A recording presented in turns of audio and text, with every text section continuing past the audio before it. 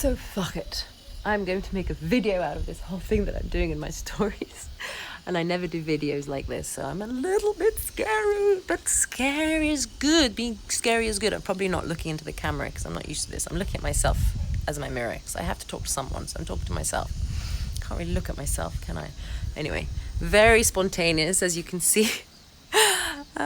Love that. This is my spot. If you didn't get to see my stories, this is the biggest star in the universe today, and it deserves all the attention it can get. Look how beautiful it can be.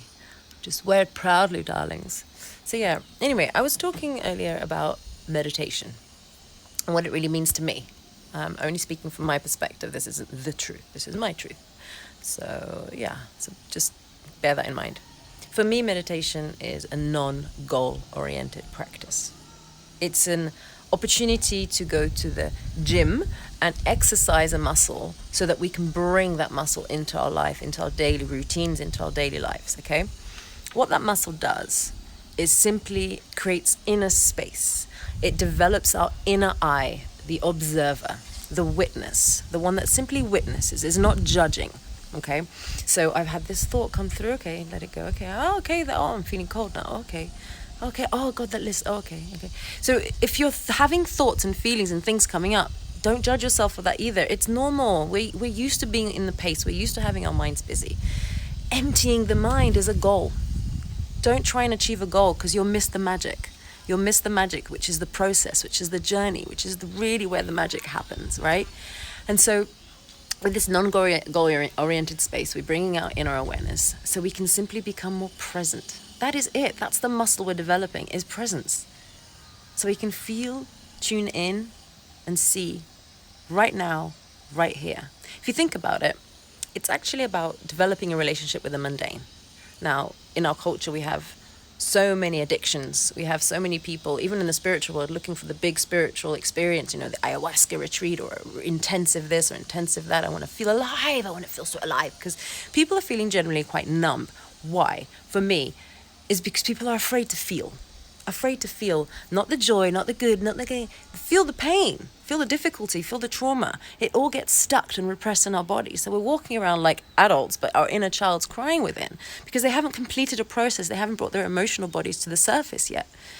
So this fear of feeling, which is really what's tapping in and going in so we can actually become present again. And we're avoiding this. We're avoiding feeling. So the avoidance coping mechanisms is perhaps a visualization, meditation, or a tool to feel good and all these things which unfortunately bypasses because we're not here to feel good.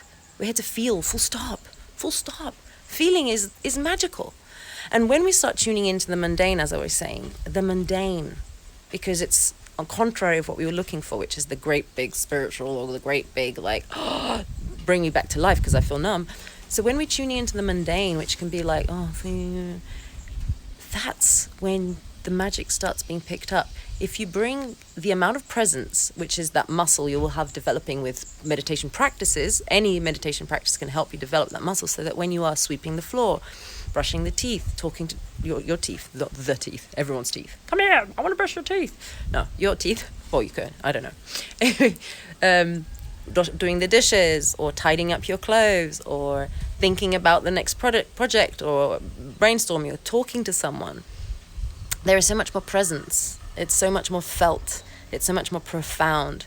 I mean, you know it when you're talking about something about your life and someone's really listening to you and really deeply listening and present.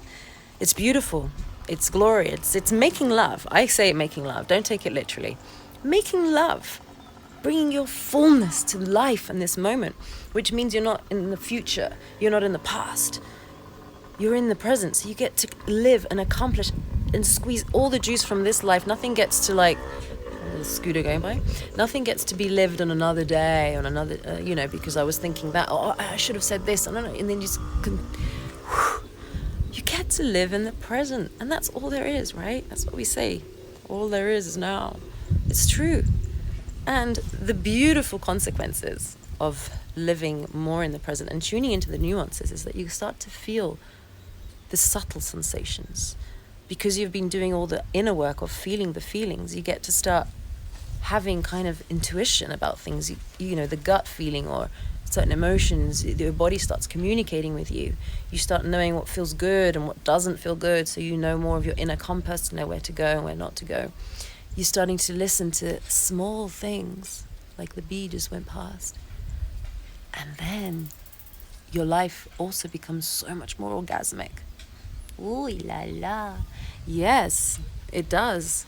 And you can start tuning into the small sensations of touch, of kiss, and everything can be so much more enhanced because you're just allowing yourself to tune in to the subtleties, to the sensual world, the sensorial world.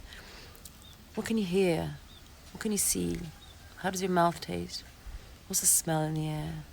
How does your skin... these soft sensations, and tapping into the mundane, which is actually not mundane at all. It's orgasmic. It can be. And it was like a little story about how I got to this in my life and how I embodied this is that when I moved to Bali, I was going through my emotional intuition, as they call it here. When you move to Bali, and the energy here is so intense, blah, blah, blah. And I realized that my relationship with my home wasn't as strong as my relationship with the higher self or relationship with the social life, with friends and family. And so there I decided to create and develop a relationship with my home. So I started to bring sweeping as a daily practice, sweeping the floor, and really bringing my love and presence into it. Like I said about the water, you bring your presence and you change the molecules, and you bring your allness, your commitment, this commitment to this moment, and that's all that matters.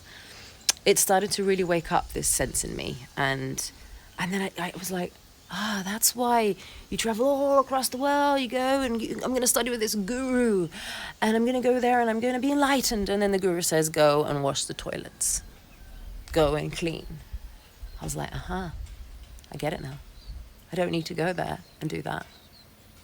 But this tuning in with the small day-to-day tasks and the humility of that as well, which is another thing, but also just bringing the presence, bringing the joy. How can you enjoy every single task and every single moment of your life as the wind blows? Anyway, I think that's it. It's an impromptu video. I'm sure there's going to be tons of things coming through. I could have said this, I could have said that, but I've been fully present. So hopefully this was that, and that is this, and that is it, and so be it. And sending you my love.